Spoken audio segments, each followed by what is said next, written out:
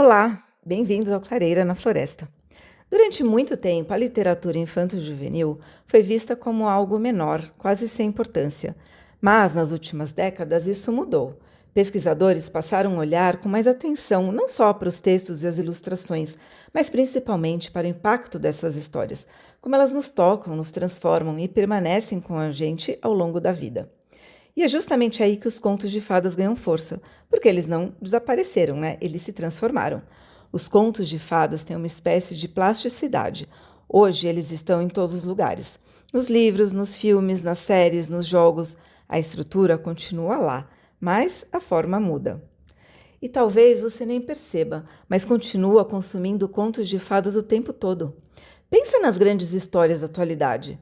A jornada do herói, o mentor, o objeto mágico, o vilão, o desafio, a transformação. Esses elementos continuam presentes, mesmo que agora apareçam em outros universos, outras linguagens. Enfim, outras estéticas. Muitas pessoas hoje conhecem os contos de fadas não pelos livros, vamos dizer assim, originais, mas pelas adaptações, principalmente as cinematográficas. E aqui entra o chamado efeito Disney. Essas versões tendem a suavizar as histórias, trazendo finais felizes, mais definidos e uma moral mais clara. É quase como uma limpeza da narrativa. Mas ao fazer isso, parte da complexidade simbólica dos contos originais acaba se perdendo. Aquela dimensão mais sombria, mais ambivalente, mais próxima das contradições humanas. Mesmo assim, a essência permanece. E isso tem a ver com o tempo em que vivemos. Alguns estudiosos chamam esse momento de transmodernidade, ou seja, uma época em que o antigo e o novo coexistem.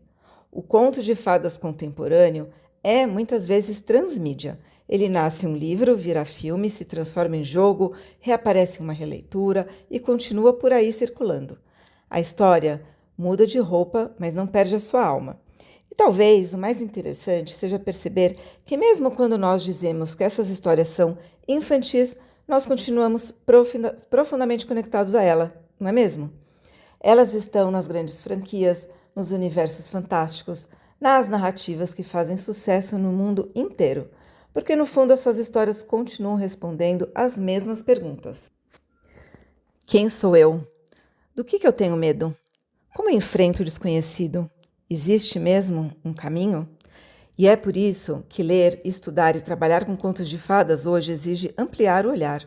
É preciso entender como a cultura contemporânea está recriando esses contos e como eles continuam vivos, circulando, se transformando. Os contos de fadas não ficaram no passado, eles só mudaram de forma e estão mais vivos do que nunca. E continuam, de algum jeito, contando a nossa história. E aí, você consegue reconhecer os contos de fadas nas histórias contemporâneas que você consome hoje? No próximo episódio, vamos falar um pouquinho sobre a psicologia por trás dos contos de fadas. Eu te espero, hein? Um grande abraço!